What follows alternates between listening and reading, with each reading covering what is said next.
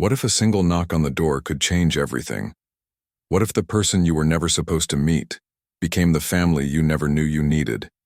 Before the fire, before the second chance, before the tree, there was a man, a child, and a woman in the rain. If you believe in stories that heal, that stay, that remind us love can begin again, please like, share, and subscribe. This is just the beginning. The rain had been falling since before dawn, steady and cold, soaking the wood pile behind the old workshop and dripping through the cracked shingles above Lucas's bedroom. It was the kind of rain that sank into the bones, made everything feel heavier. He tightened his jacket and stepped outside, boots crunching on gravel softened by mud. Inside, the scent of damp cedar mingled with old varnish and the faint trace of burnt coffee. The workshop had once been a real home, a place with laughter, warm meals, and late-night projects shared with his wife, Sarah. Now it was mostly sawdust and silence. Lucas bent down to check the tarp over the kindling when he noticed a shape near the edge of the porch. At first it seemed like a bundle of white cloth or trash swept up by the wind. But as he stepped closer, the shape moved. A woman. She sat with her back to the wall, her knees drawn up under a soaked white dress. No, not just a dress. A wedding gown. Mud clung to the hem, the lace torn, beads scattered like tears. She held a ruined box in her lap, something pink and cardboard caved in by the rain. Her hair clung to her cheeks, mascara dripping down her pale face, though her eyes were dry. She didn't speak, didn't look up. Just sat as if the world had stopped and left her behind. Lucas hesitated, his hand tightening around the doorknob. Not my problem. But just as he turned, a small voice broke the silence. Dad? Max stood barefoot in the doorway, rubbing one eye with the sleeve of his pajama shirt. His hair was a mess of soft curls, his voice barely above a whisper. She's cold. Lucas sighed. Go inside, Max. Is she okay? He didn't answer. Instead, he glanced back at the woman. Her fingers were blue at the knuckles, still gripping the box like it was something sacred. Lucas stepped forward. Ma'am? He said cautiously. You all right? No response. He crouched, careful not to startle her. It's wet out here. You can sit inside for a bit, warm up. I got a fire going. She blinked slowly, as if the words were foreign. I won't stay, she rasped. Just needed somewhere dry. Lucas opened the door without another word. Max moved aside to let them both in. The woman stood stiffly, her gown dragging behind her, and stepped inside. The warmth of the fire hit her like a memory. She didn't seem to know what to do with her hands. Lucas motioned to the chair by the stove. She sat carefully, as though afraid she might break. I'll get a blanket, he muttered, disappearing into the back room. Max approached her, holding out a chipped mug of warm water. She took it with trembling fingers. Thank you, she whispered. Max sat on the floor beside her. Did your wedding not happen? Lucas paused in the hallway, waiting for her reaction. She looked down at the box in her lap. It was a cake box, ruined, smeared with pink icing. He said, I embarrassed him, she said softly. Said I was too fat to be seen in white. So he left, just left me there. Lucas exhaled slowly. Max leaned his head against her knee, small and unafraid. You can stay here if you want. We got pancakes in the morning sometimes. The woman's lips trembled, but she didn't cry. Lucas came back with a flannel blanket, the one Sarah used to wrap herself in on stormy nights. He hesitated for a second, then gently draped it over the woman's shoulders. What's your name? He asked. Jenny. He nodded. I'm Lucas. That's Max. Jenny looked at the two of them like they were strangers in a story she hadn't meant to enter. Her eyes were tired, not just from the night, but from everything that had come before it. You can rest here tonight, Lucas said. We'll figure the rest out in the morning. Jenny didn't answer, but her shoulders eased just a little, beneath the blanket. Lucas turned to stoke the fire, but not before he saw Max reach out and slip his hand into hers. She didn't let go.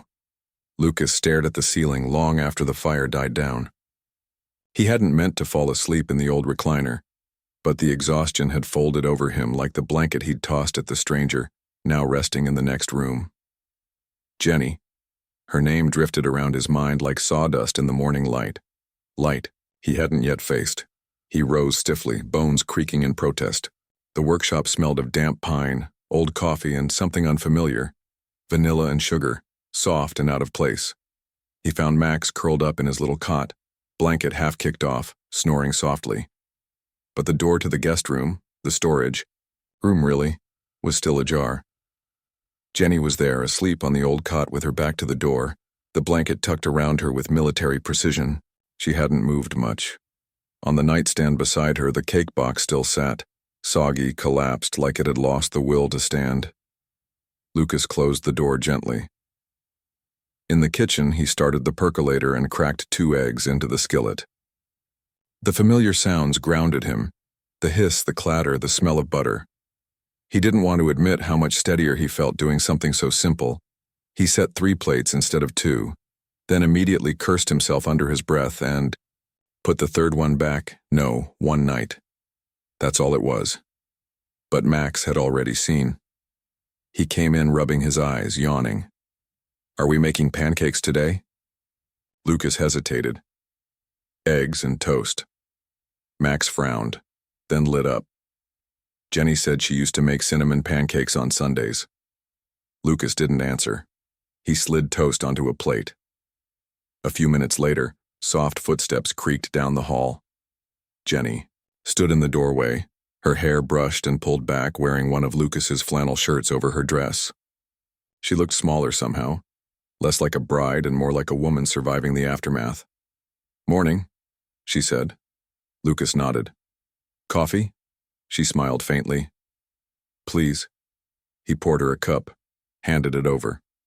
Their fingers touched, just briefly, but the warmth of that touch lingered longer than the coffee's steam. Max patted the chair next to him. "You can sit by me." Jenny sat, careful and composed. They ate in relative silence, the kind of silence that wasn't awkward, but tender, respectful. Lucas watched Jenny steal little glances at Max, at the old stove, at the rain still tapping gently against the windows. When breakfast was over, she stood, collecting her plate. "I'll wash these." "You don't have to," Lucas said. "I know." She moved to the sink anyway. "But I'd like to." Lucas started to protest but didn't. Something in her tone wasn't about politeness. It was about needing to feel useful, needed to feel human again. Max tugged on Lucas's sleeve. "Can she stay another night, please?" Lucas looked down at his son, those wide eyes, hopeful, trusting. Eyes that had once watched a house burn down and a mother vanish into sirens. "We'll talk about it," he murmured. Later that afternoon, while Max was playing with wooden blocks near the stove, Lucas pulled Jenny aside. "I meant what I said last night," he told her. "One night, just one." She didn't flinch. "I know. But Max, he gets attached quick. I won't confuse him." Lucas hesitated. "You already have." That surprised her. She blinked once, lips parting like she might defend herself. But then she nodded quietly. "I've got nowhere to go," she said softly. "And I don't want pity, Mr. Harper. Just a place to catch my breath." Lucas looked at her. Really looked at her. Her eyes weren't pleading. They weren't broken. They were tired, yes. But there was steel behind the sadness. This wasn't a woman waiting to be rescued. This was a woman trying not to drown. He sighed and rubbed the back of his neck. "You can stay through the weekend. After that, we figure something out." Jenny nodded. "Thank you. And don't call me Mr. Harper. Makes me feel like my father." A flicker of a smile. "Lucas, then." He nodded once and walked away before he could regret it. That night, the rain finally stopped. The clouds cracked open just long enough to spill moonlight through the workshop window. Jenny sat in the corner, mending a ripped curtain by hand. Lucas watched from the other side of the room, sanding a broken chair leg. Neither of them said much. They didn't have to. At one point, Max fell asleep with his head in Jenny's lap. She didn't stir, just rested her hand gently in his hair. Lucas saw it, and something inside him bent just slightly. Not enough to break, but enough to ache. Before bed, he found himself lingering outside the guest room door. "I'm not used to people," he admitted, voice low. "Me neither," came her answer from the dark. A pause. "I'm not asking for much," she added. "Not anymore." He didn't answer. He just stood there a little longer, listening to the quiet rhythm of her breathing and wondering when the weight of kindness had started to feel so heavy. The table had been broken for over 3 years. One of the legs wobbled. A crack ran across its center like a scar someone tried to hide with varnish. Lucas had meant to fix it. Every winter he told himself he would. But somehow, winter always turned to spring, and the table remained untouched. It sat in the middle of the workshop's kitchen space like a forgotten relic. Meals had once been shared on it, papers graded, birthday candles blown out. Sarah used to run her hand across its surface when she walked by, like it was more than furniture, like it remembered things. Now Lucas hardly looked at it. He ate at the counter standing most nights. That changed the morning Jenny asked, "Do you mind if Max and I clean off the table?" Lucas was caught off guard. He'd just come in from cutting kindling, his boots tracking wet dirt across the floor. Jenny was wearing one of his old aprons too long for her frame, and Max stood beside her holding a damp cloth like it was a sword. "I guess," Lucas said. "If you want to." Jenny didn't wait for more. She tied her hair back, rolled up her sleeves, and went to work like it mattered, like she wasn't just passing time but rescuing something sacred. Max scrubbed the corners. Jenny wiped away dust, fingerprints, coffee rings that had hardened like regret. Lucas watched from the doorway, arms crossed, unsure what unsettled him more. The sound of laughter again in the room, or the quiet care with which they treated something he had nearly given up on. Later that afternoon, Lucas found Max in the corner with a handful of crayons and a torn grocery bag. He was drawing something, 3 stick figures sitting around a table with a big sun above them and a crooked heart floating nearby. "That's us," Max said proudly. "You, me, and Jenny." Lucas crouched. "What's the heart for?" Max shrugged. "Dunno. It just felt like it should be there." He said it so plainly, as if it were the most obvious thing in the world. Lucas looked down at the picture. 3 people. 1 table, 1 heart. That night, they ate dinner at the old wooden table for the first time in years. Jenny made grilled cheese sandwiches and tomato soup.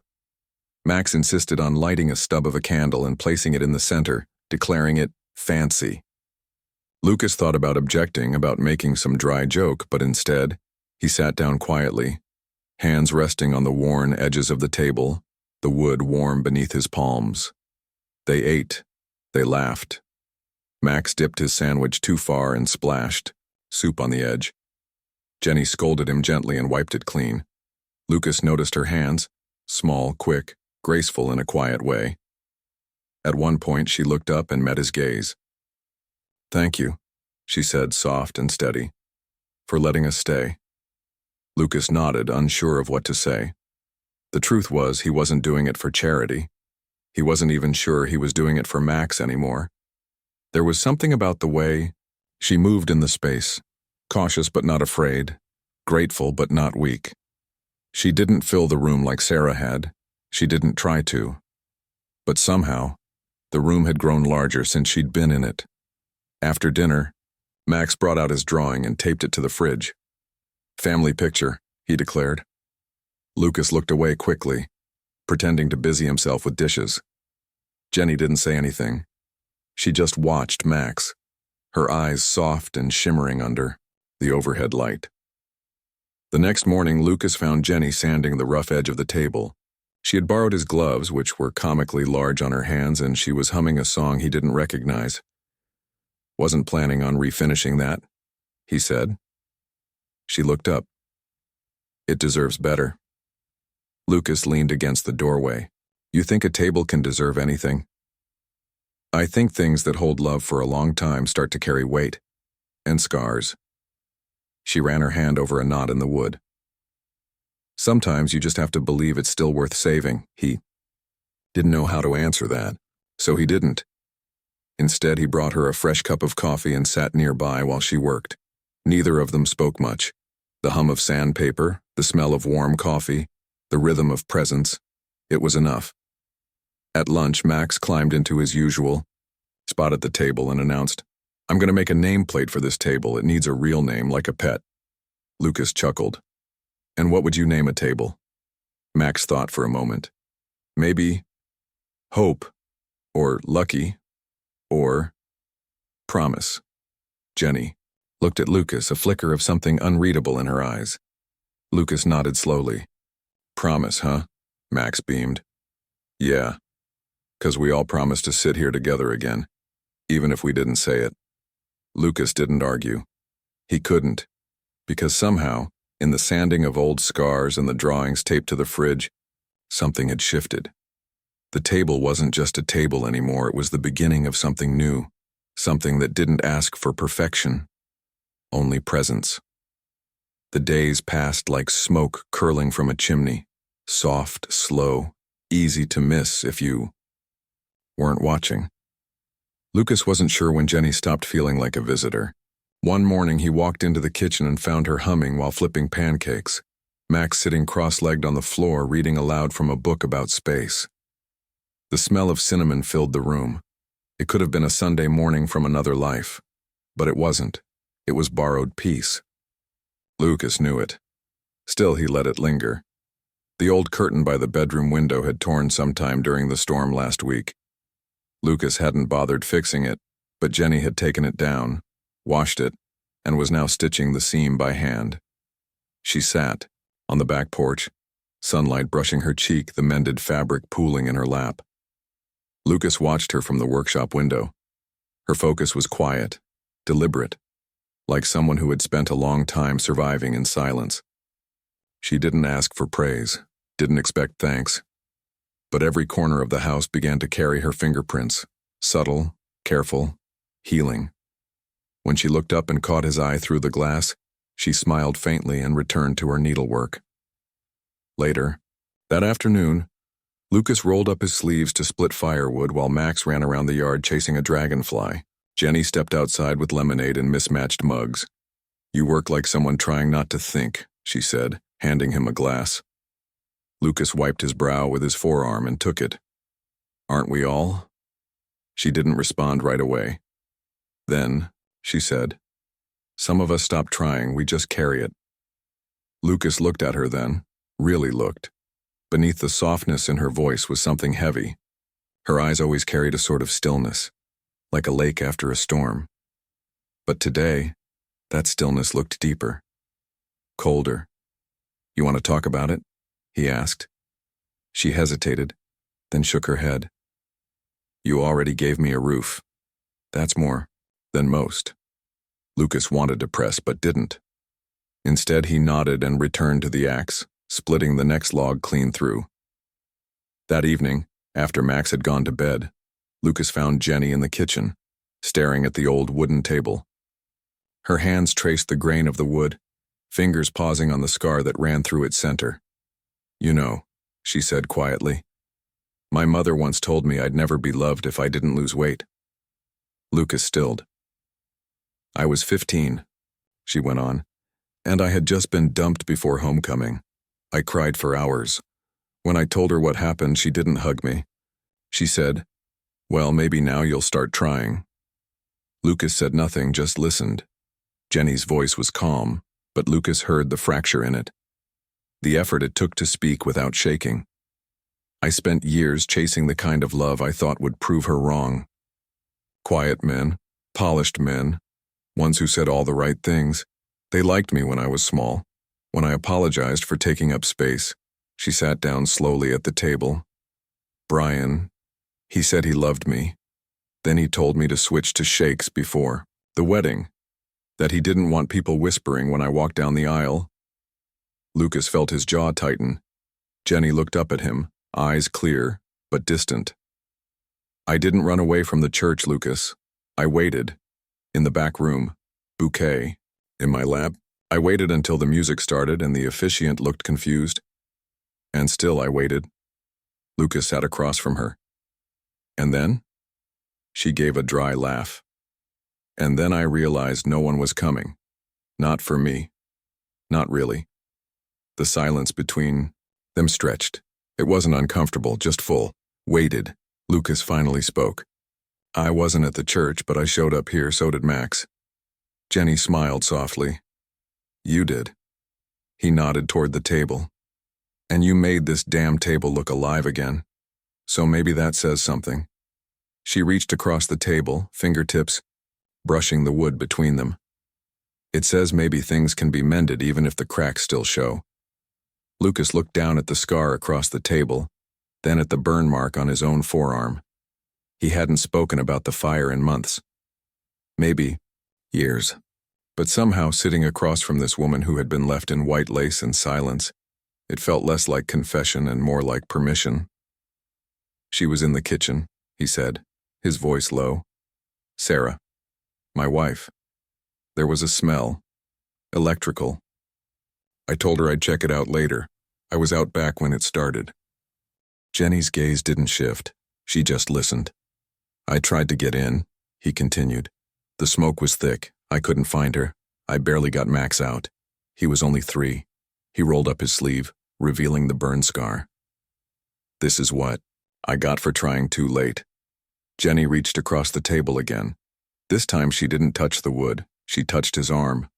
Her fingers were warm, careful. She didn't flinch, didn't speak. Lucas closed his eyes. In that silence, between a man with ash in his past and a woman with a church full of ghosts, something unseen moved. Not quite forgiveness, not yet love. But the first fragile crack in the walls they had both built so carefully. The days turned warmer, and with the warmth came a rhythm. Not the hurried kind that marked busy lives, but a softer, steadier tempo, like a song played quietly in the background. Lucas found himself slipping into it without meaning to. Jenny stayed, not because they asked her to, and not because she had nowhere else to go. She stayed because something between the 3 of them, Lucas, Max, and Jenny, had begun to take root. Unnamed, unspoken, but present. Each morning began the same, the scent of coffee drifting through the workshop, Max's sleepy footsteps padding down the hall, Jenny already at the stove or watering the small row of lavender she had planted beside the back porch. Lucas would watch her from the doorway, arms folded, his coffee cooling in his hand. He hadn't seen a woman tend to something with such gentleness since Sarah. But Jenny's way was different, less assured, more careful, as if she was still learning to trust the earth to hold what she planted. One morning, Lucas found her kneeling in the dirt, planting a line of pale green sprouts. Didn't know you had a green thumb, he said, stepping onto the porch.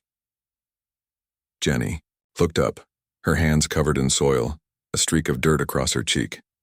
I didn't, she said with a smile. But something about this place makes me want to try. He nodded, unsure how to respond. So instead, he handed her a cold glass of lemonade. She took it, their fingers brushing for the briefest second. Max burst through the screen door behind them. Jenny, can I help with the plants? She laughed and patted the spot beside her. Of course, every good garden needs a little chaos. Lucas couldn't help the way his chest tightened at the sound of her laughter mingling with Max's. It had been years since this porch had known such sounds.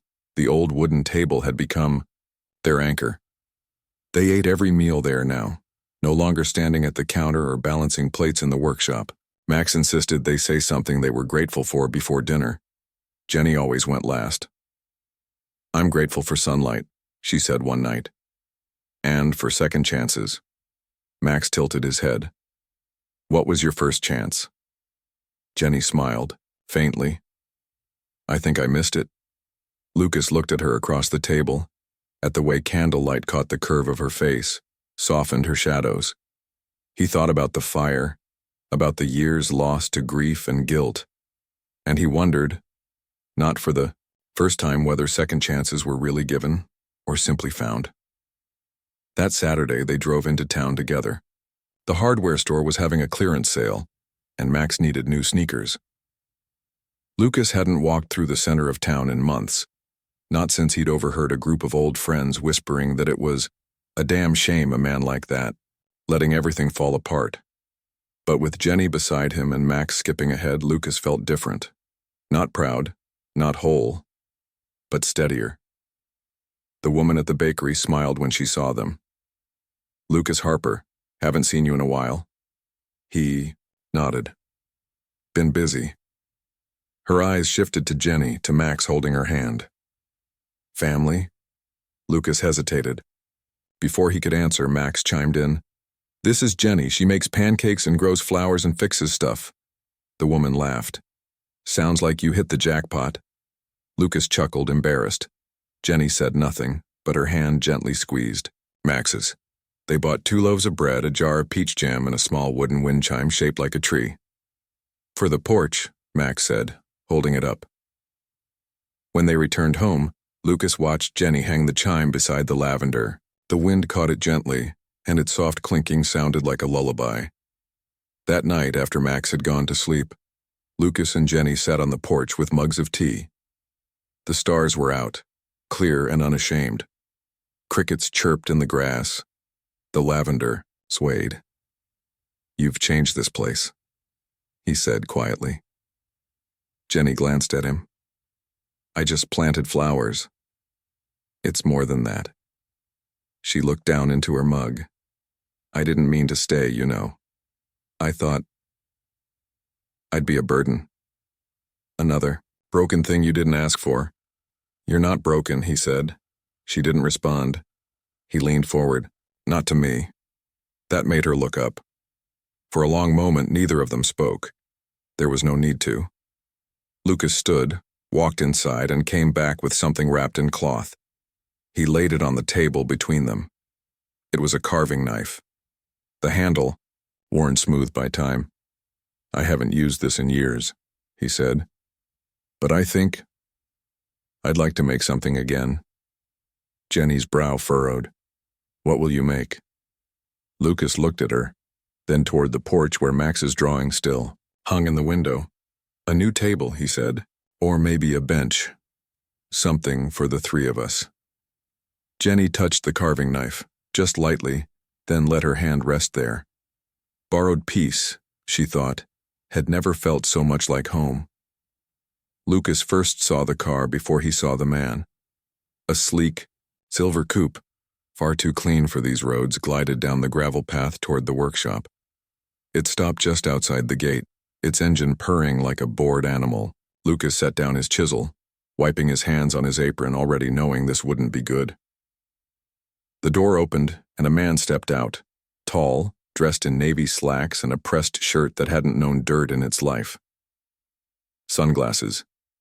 Designer. Watch. That familiar arrogance of someone who had never lifted anything heavier than a wine glass. Brian. Lucas had never met him, but he knew. He knew from the way Jenny's shoulders tensed behind the window, from the way Max stopped mid-step on the porch and whispered, "That's the man." Brian sauntered forward, stepping over the damp gravel like it might stain his shoes. "I assume you're Lucas Harper," he said with a thin smile. "Mind if I speak to Jenny?" Lucas didn't answer. He didn't have to. Jenny had already stepped outside. She wore a simple gray dress, sleeves rolled to her elbows, flour still dusting her hands. She didn't flinch, but her face went pale, her eyes still. "Brian," she said, her voice even. "I've been looking for you," he replied, lifting his sunglasses. "You've been hard to find." "I wasn't hiding." He tilted his head. "Well, the press thinks you were. You left quite the story behind. Jilted bride disappears after public humiliation. I've had to deal with questions, rumors, bad press. My family's law firm took a hit." Lucas could hardly believe what he was hearing. Jenny crossed her arms. "And you came here to What? Apologize? Brian smiled. To offer a second chance. Public reconciliation. Clean the mess up, for both of us. Lucas stepped forward. You left her at the altar, and now you're worried about PR? Brian turned to him, gaze dismissive. This is between Jenny and me. No, Lucas said. You made her your problem the second you threw her away in front of the world. Brian scoffed. And what are you? Her savior? Some backwoods carpenter playing house with someone else's fiancée? Lucas clenched his fists. Jenny raised a hand. Stop. She stepped between them, small but steady.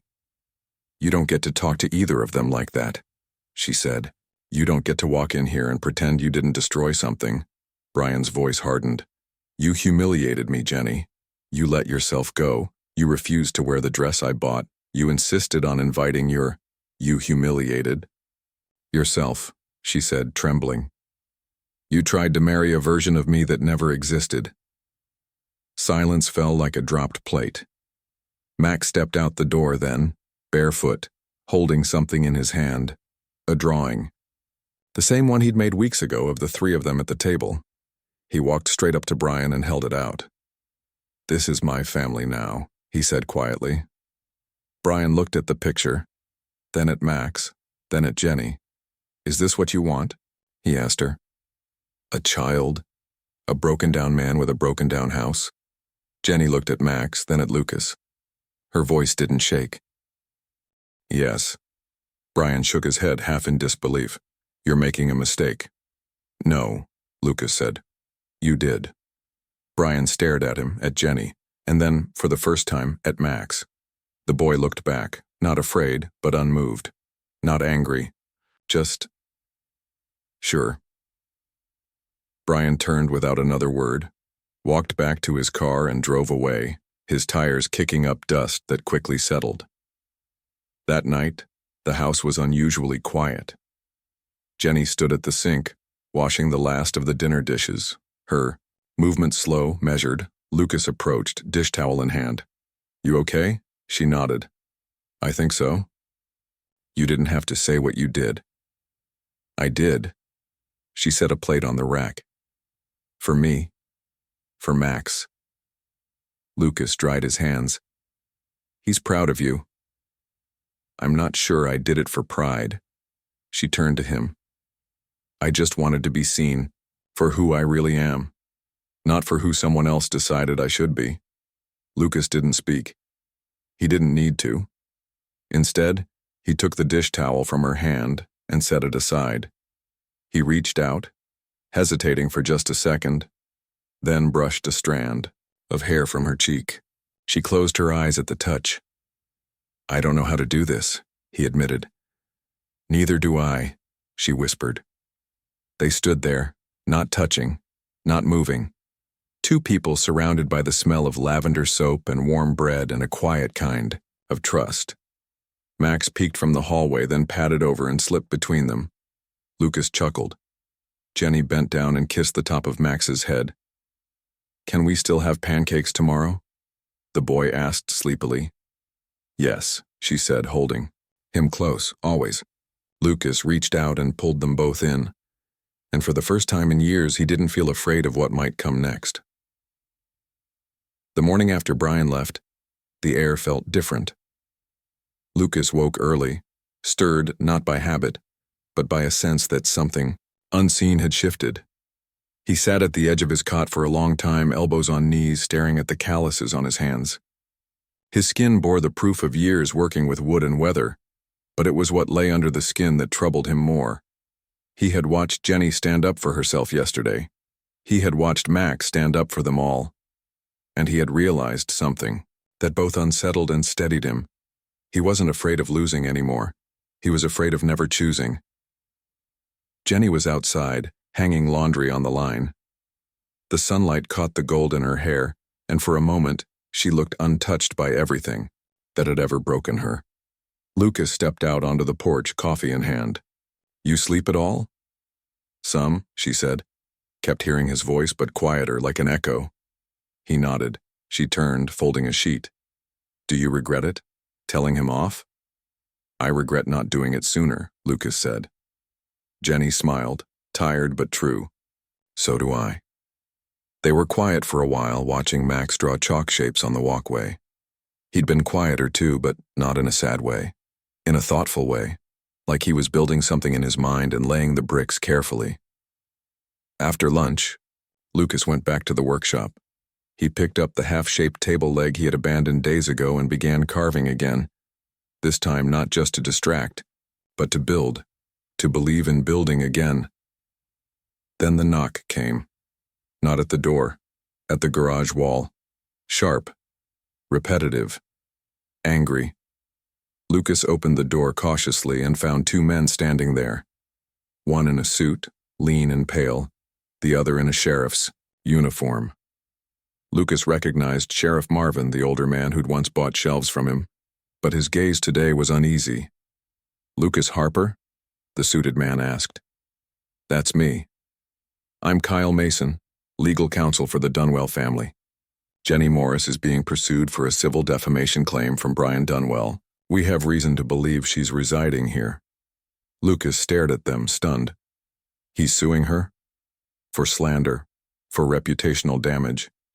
Mr. Dunwell claims her presence and statements have had an ongoing negative effect on his firm's public standing. "That's ridiculous," Lucas growled. "She didn't do anything wrong." "We're here to serve notice, not debate the merit," Mason said coolly. "Is she inside?" Sheriff Marvin stepped forward. "Lucas, I tried to talk him down, I did, but I had no legal ground." Lucas didn't move. "She's not going anywhere." "Mr. Harper," Mason warned, "you're obstructing. I'm protecting." His voice cut through the air like a blade. Behind him, Jenny appeared in the doorway. Max clung to her leg. She had heard everything. "It's okay," she whispered.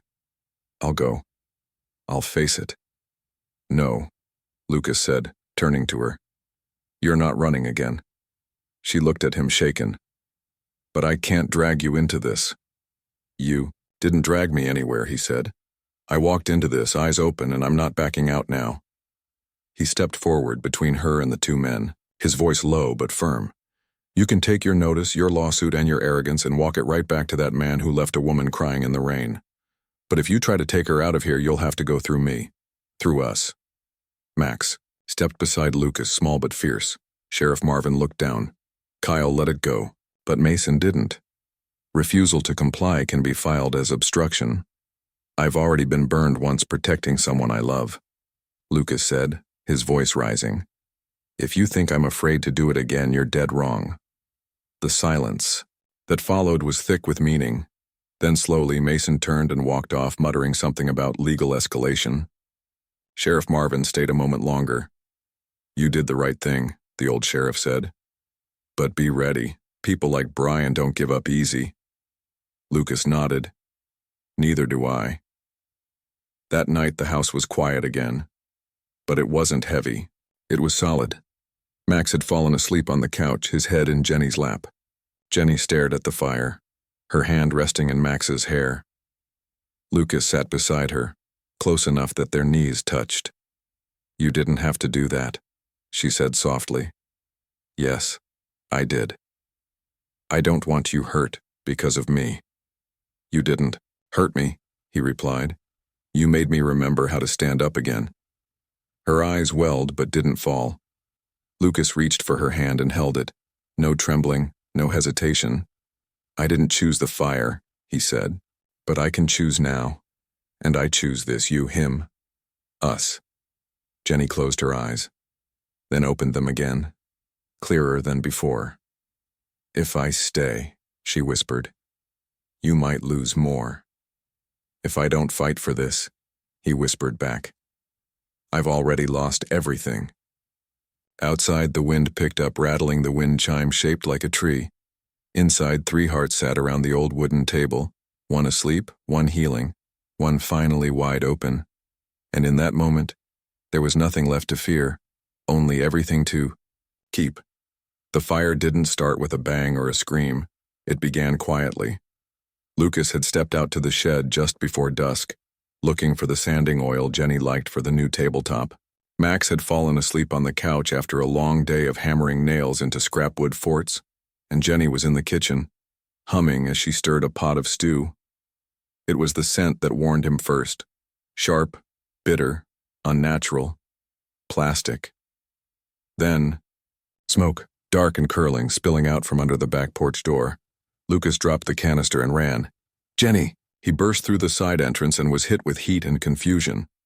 The smoke was thick already, clawing at his lungs, stinging his eyes. Through it, he saw her silhouette, fighting the fire with a soaked towel, coughing, trying to drag the pot from the burner. "Get Max," she choked.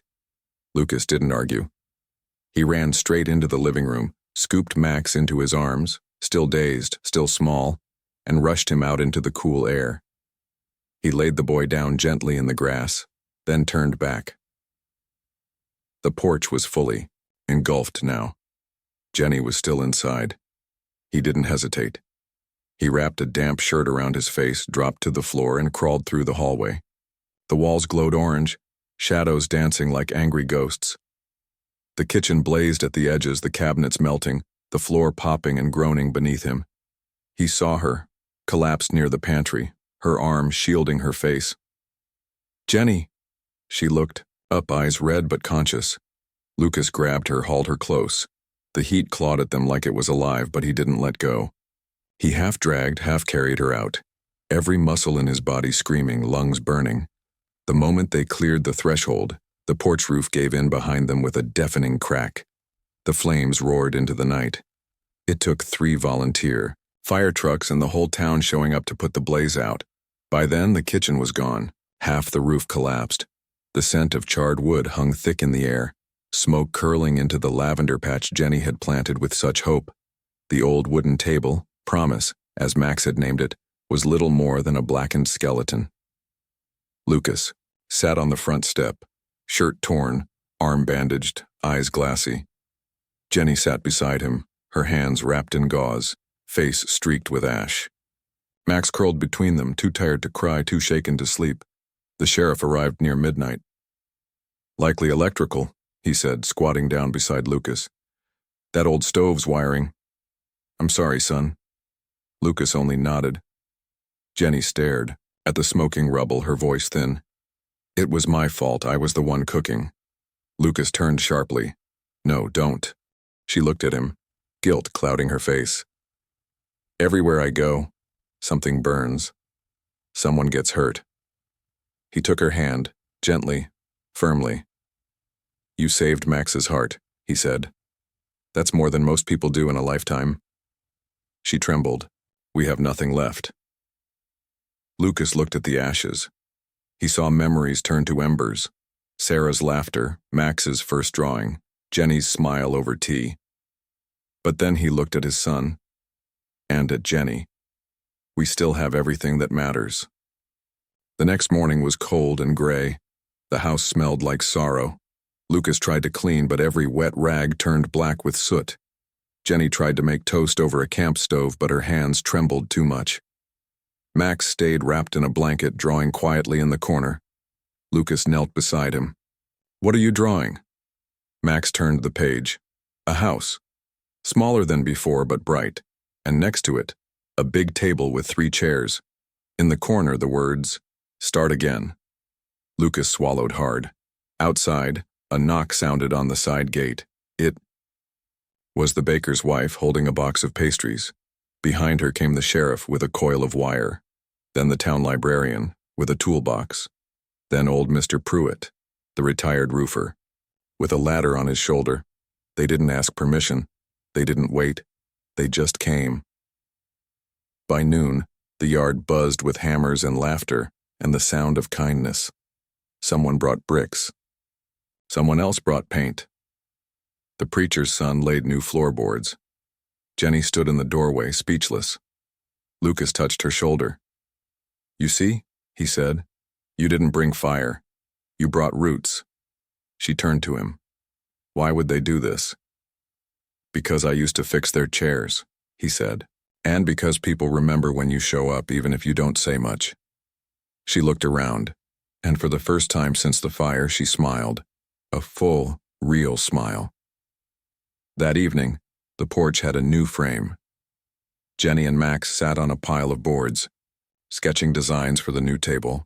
Lucas carved the first piece, smooth, deliberate strokes, this time not to replace something lost, but to shape something earned. Max looked up from his sketch. "Can we still call it promise?" Jenny nodded. "Only if we mean it." Lucas said nothing. But in the gathering dusk, he took Jenny's hand again, and this time neither of them let go. The next morning began not with birdsong, but with the sound of hammers. Lucas woke early, earlier than usual, and for a brief, disoriented moment, thought the fire had been a dream. But then the scent of smoke still clinging to his shirt brought it all back. The porch was gone. The kitchen was gone. The old table Max had named Promise was now only black dust in the grass.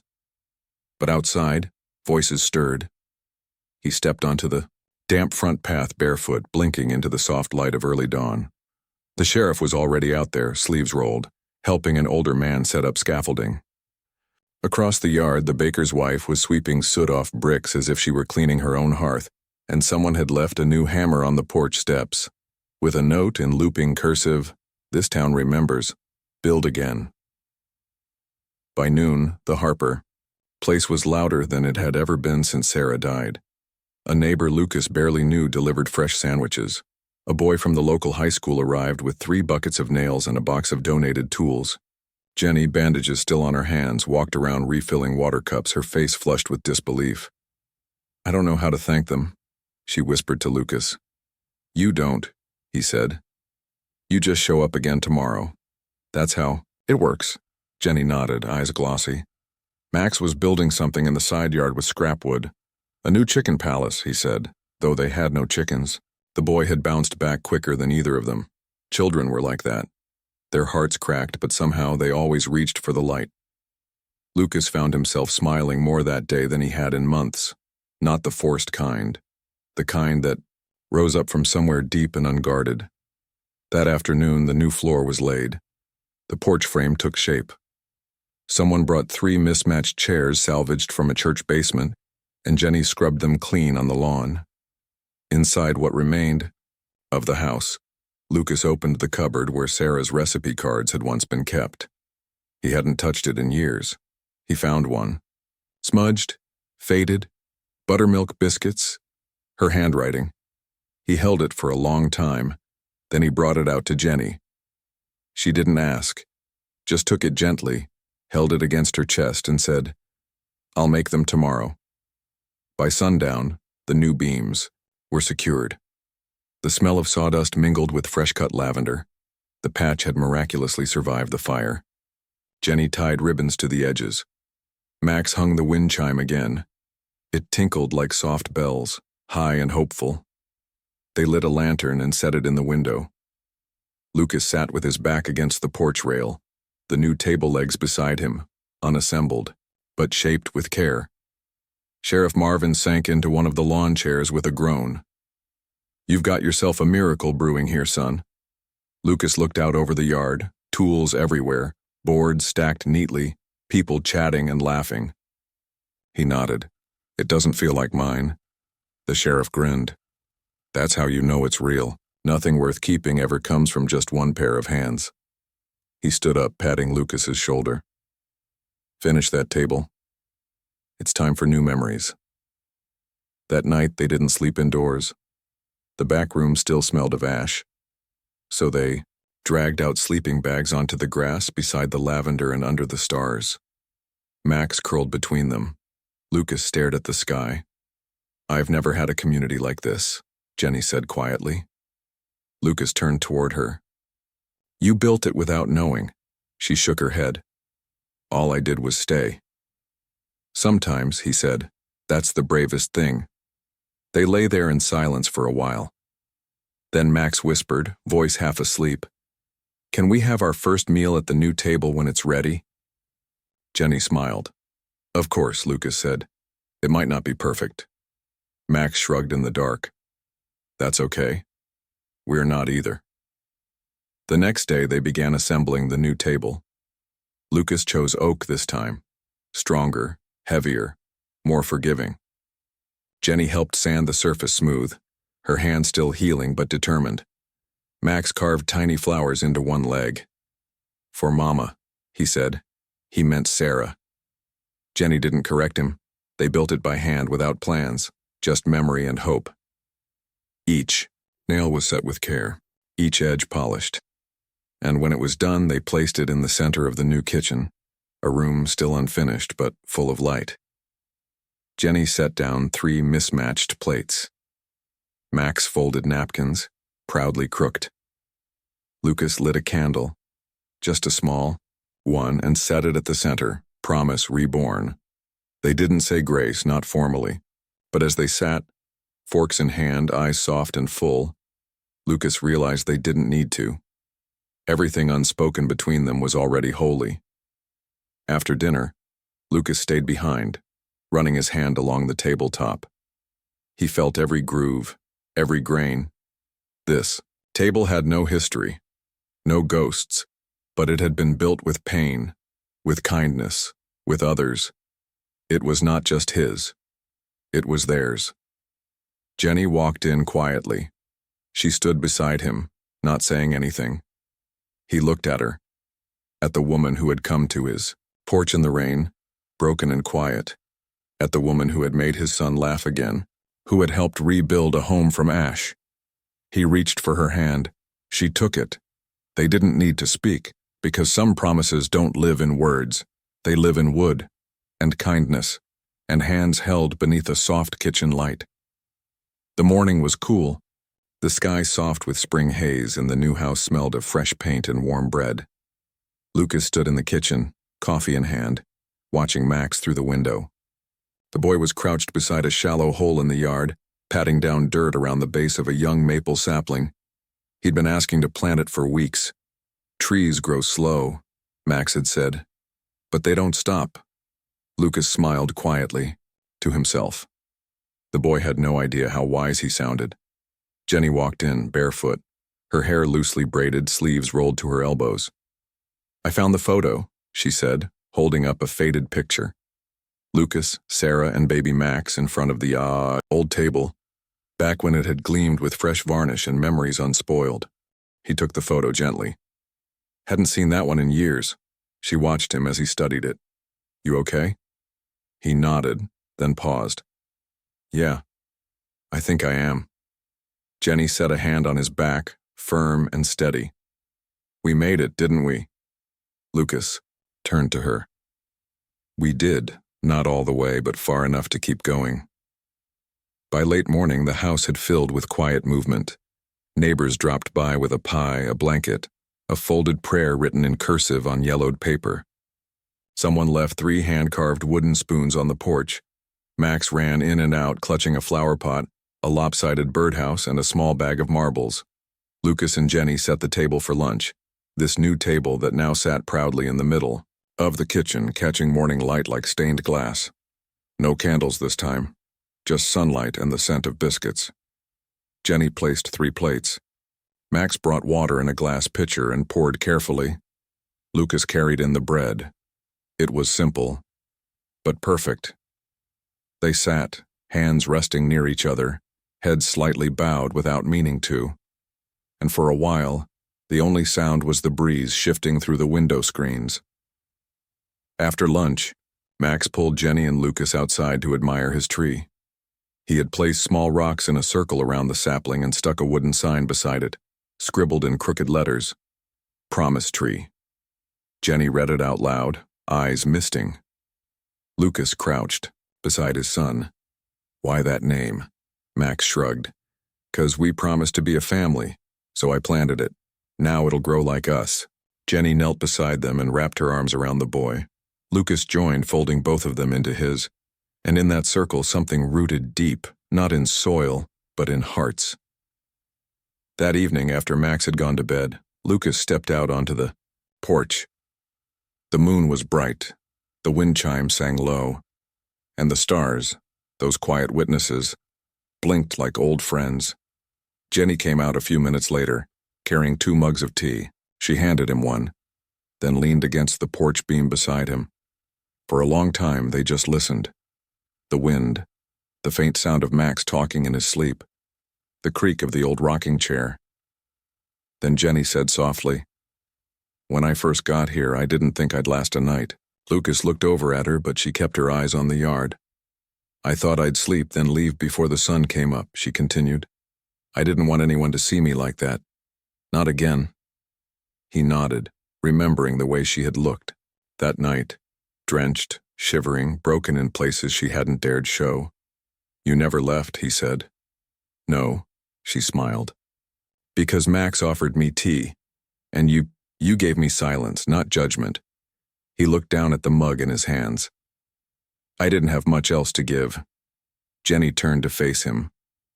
"You gave me a place where I didn't have to shrink, or apologize, or pretend." Her voice caught. "No one's ever done that for me." Lucas reached out, brushing her cheek with his thumb. "No one should have to ask to be seen." She stepped closer. "And you? You still carry it all, don't you?" He nodded. "But it doesn't crush me now." They stood there, faces inches apart, bathed in the kind of quiet only earned after storms. Then Lucas spoke, barely above a whisper. "I can't promise forever, Jenny." She didn't flinch. "Neither can I. But I can promise this table," he said. "This porch, that tree. And every morning I wake up and choose you again." She smiled. "That's more than enough." And then, finally, he kissed her. Not like the world owed them romance, not like they were erasing anything lost, but like two people choosing softness in a world that had once tried to harden them. Inside, the house slept. The new table gleamed in the moonlight. On its center sat three things: a plate of lavender biscuits, Max's crayon drawing of the tree, and a napkin with a simple line written in Lucas's hand. "We don't promise forever, but we promise today, and tomorrow we'll promise again." If this story touched something quiet in your heart, stay with us. We believe in stories that heal, that linger, that remind us love can take root even in broken soil. Like, share, and subscribe to the channel so you won't miss the next moment of warmth, hope, or second chances. Because sometimes, all it takes is one story to feel at home again.